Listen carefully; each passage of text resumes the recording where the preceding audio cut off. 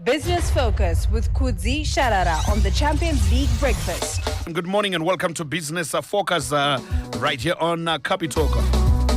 Proudly brought to you by POSB. So there's a lot of stories that are making headlines in the business world this week. And of course, coming to the end of the week, the Business Weekly is out today. We will be checking out a couple of stories that are making headlines in the Business Weekly today on Business Focus.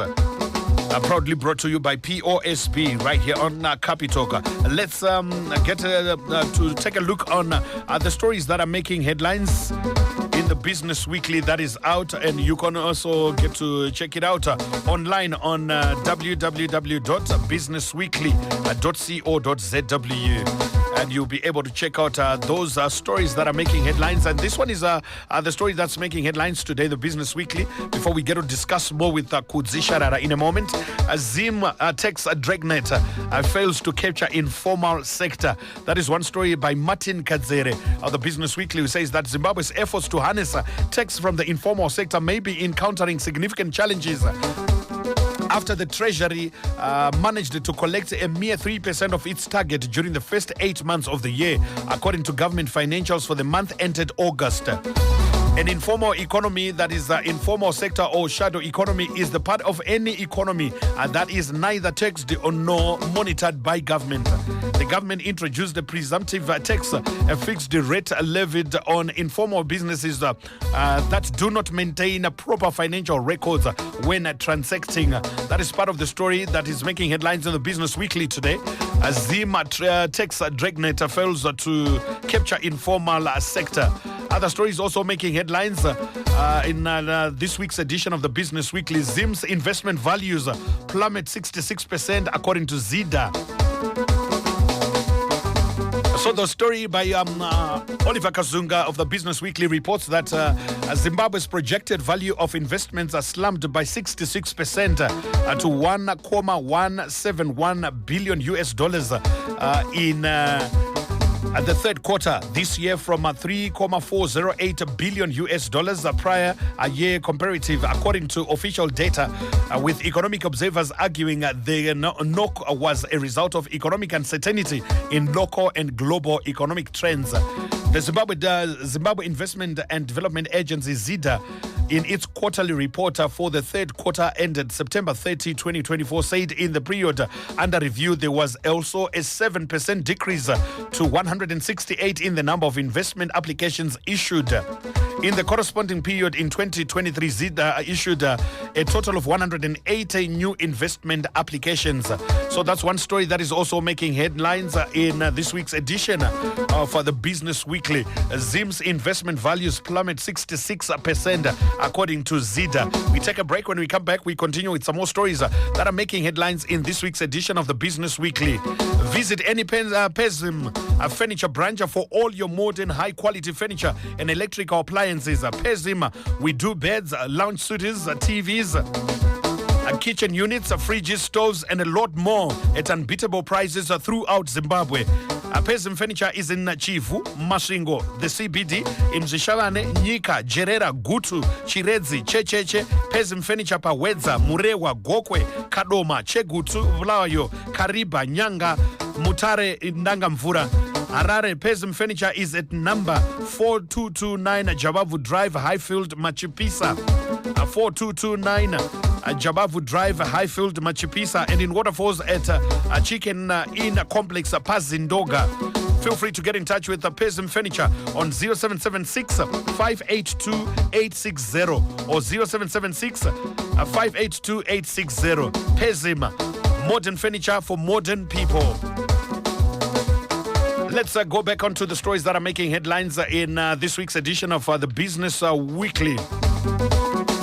There's a story that reads, RBZ holds inflation projections as steady, but analysts defy.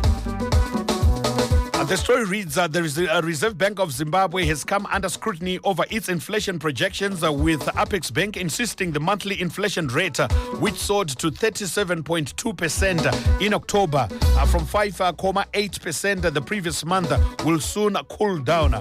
This comes after the central bank last month devalued the domestic currency by about 43%, adding inflationary pressures to prices. But the central bank expects monthly inflation to close the year around its original forecast of 5%. So these are some of the stories that are making headlines in this week's edition of the Business Weekly. We will discuss briefly some of them with Kudzi Sharara. Kudzi, you heard some of the stories that are making heads in this week's edition of the Business Weekly. What's your take on the big story? Zim tax dragnet fails to capture informal sector. Thank you, Tinashe. So when they say the tax dragnet, okay, so they are saying that Zimra, which has got the mandate to collect taxes on behalf of government. Yeah. There is a target that was there from government to say from the informal sector, we are supposed to collect so much. So there was a target. However, they've only managed to collect 3%. 3% of what they were expecting. Yeah. They've only managed to collect 3%. Which means that they missed the target by a wide margin, 90%, 97% off target. So that's a big concern, a huge concern for anyone, whether you're in government or not. For any Zimbabwean, that's a huge concern. Why should that be a concern to us as Zimbabweans? Remember that the Zimbabwean economy is said to be anyway above 70% informalized, right? And the minister, I know several times he has come up with tax measures so that we can include the informal sector in the so-called tax dragnet. But what it seems like those tax measures are failing to get the informal sector to contribute to the fiscus. And that's a big concern. It means that whatever revenue that government is collecting is not enough. I've said it before here that our national budget has always been between 4 billion and 5 billion. It has not grown from that over the years. Since 2010 dollarization up to now, our national budget is roughly between 4 and 5 billion, and which means that how does government come out with the budget? Because they are also looking at how much they're expecting to collect. Remember, the ideal situation is to have a budget deficit of about 1.5%, which means that when we say when government says we are going to spend $5 billion, they're expecting to collect close to $5 billion as well, minus 1.5%. They should be able to collect that. Or even collect more. Yes. So what this statistics is saying is that the informal sector is almost not contributing anything to the fiscus. And it's a huge concern. Why? Because it's not like the informal sector operates in a vacuum. The informal sector operates where there is need for infrastructure, like roads, like utilities, power utility, water reticulation, sewer reticulation, and many other key infrastructure where it should operate. The informal sector employ, according to some statistics from the IMF, it employs more than 5 million people. And these people, they need facilities like hospitals, schools, and the like that the government is supposed to provide. And if they are not contributing, it means there is a gap now, a funding gap for government to make sure that we have got these facilities and infrastructure. Yes, we cannot deny it that there is some spending by government that we feel as citizens, these guys, they are spending too much on luxury vehicles and the like. But still, it's and obviously you would say they should lead by example. They should be accountability in terms of their spending. There should be transparency in terms of of government spending. However, you can still say that it's not enough that is being collected. So for me, that story is huge. There's one story as well in today's paper: power challenges choke key sector of economy. Nelson Gahadza reports that the mining industry says it is losing up to 10% of potential output due to power outages, while manufacturers say it is just yet another squeeze on margins. Yeah, obviously. If you are going to be using ZESA, maybe you are using maybe between around 14 to 16 cents per kilowatt. But if you are using a generator, it's way above that. And there are some industries. We were having the quiz competition in Borodale, and they don't expect ZESA to come.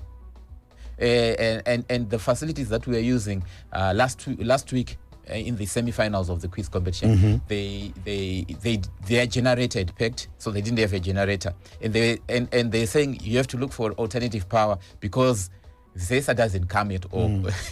So this is Borodale, so they use the generator throughout the day. So imagine the cost of doing business is very high. It becomes high. It becomes very high, and then at the end of the day, you are paying more, and your margins will get squeezed because not all costs can be passed on to the consumer, because the consumer so the margins will be squeezed. So it's a true story by Nelson Gahadza. The mining industry as well. Imagine they need a lot of power. They are heavy users of power.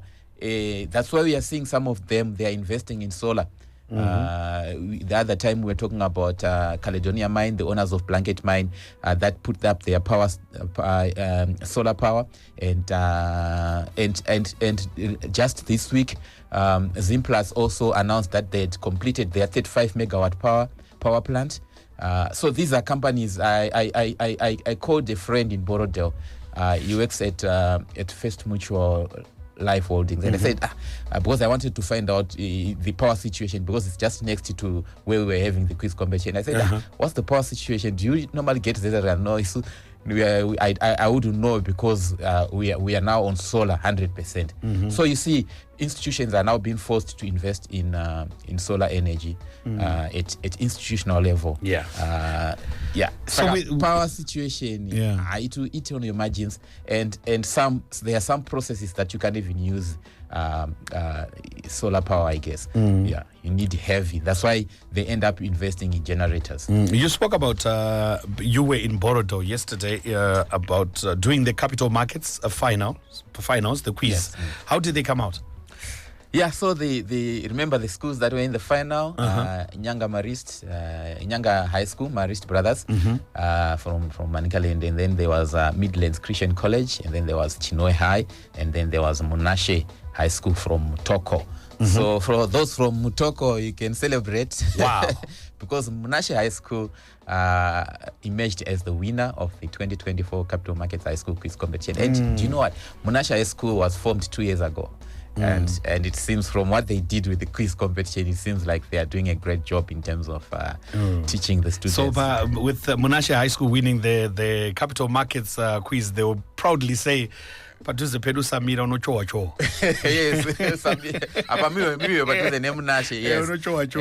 Yes, and so they walked away with the coveted prize. And then second runner-up was Chinoy High School, and then third was Marist, and then fourth was Midlands Christian College. But for me, all these schools, not only those that made it to the final, but all the learners that participated, they were 120 learners that participated in this competition. And I think they've invested in something that I didn't even know about when I was doing in high school.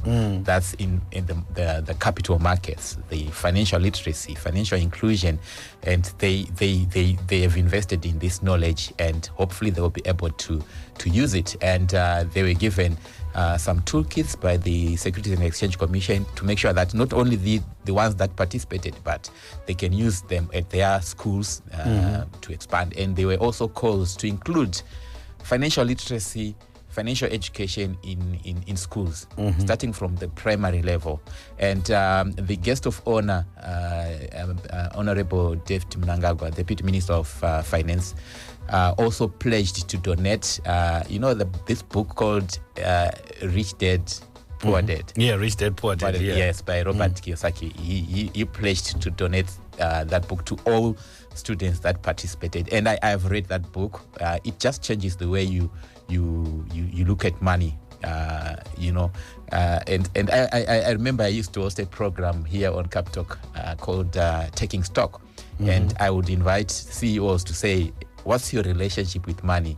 At what point, what's your earliest memory of money? Like for me, I think my earliest memory of money was tichitengesa pamusika.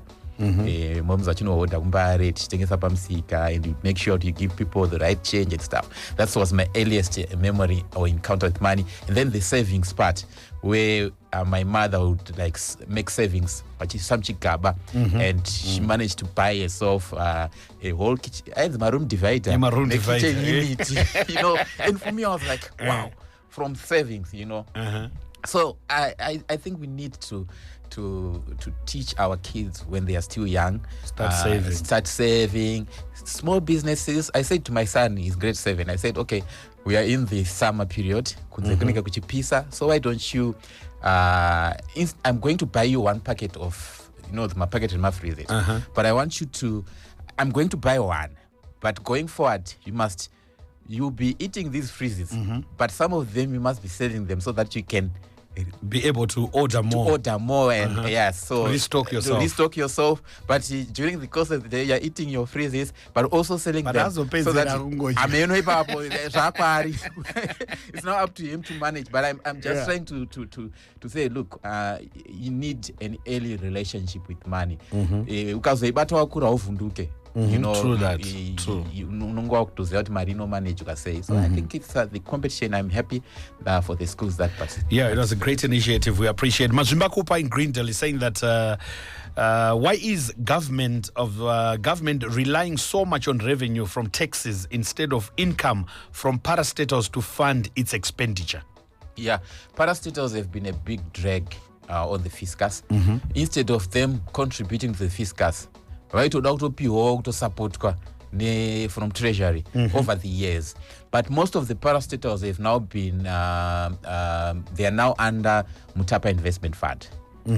So that's, and hopefully Dr. John Mangunjika and his team at Mutapa Investment Funds will be able to turn around these parastatals and so that they will be able to contribute. Imagine our national budget, 2 billion ichingobva from my dividends anengabva kumutapa investment fund. I think that would be fantastic. So they've got a lot of companies that are under Mutapa.